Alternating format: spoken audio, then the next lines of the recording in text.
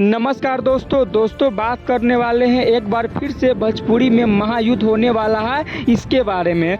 दोस्तों हाल फिलहाल में पवन सिंह एक इंटरव्यू दिए थे जिसमें अक्षरा सिंह के बारे में बोले थे कि अक्षरा सिंह को हम ही सबसे पहले गाना गवाए हैं।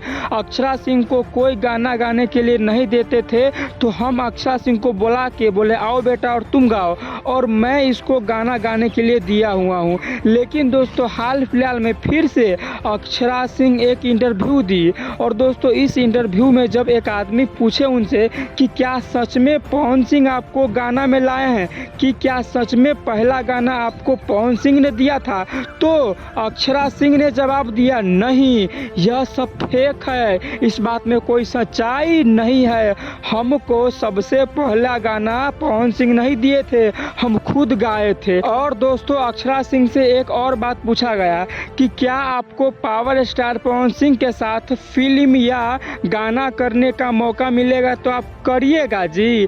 तो बोला कि नहीं, हम जिसको पीछे छोड़ देते हैं ना उस पे हम ताकते भी नहीं हैं, जिस चप्पल को हम पीछे छोड़ देते हैं उस चप्पल को हम कभी पहनते नहीं है। दोस्तों इस स्टाइल में अक्षरा सिंह ने पवन सिंह को जवाब दिया है, यानी कि पवन सिंह का तुलना अक्षरा सिंह ने अपने चप्पल से किया है, चप्पल से।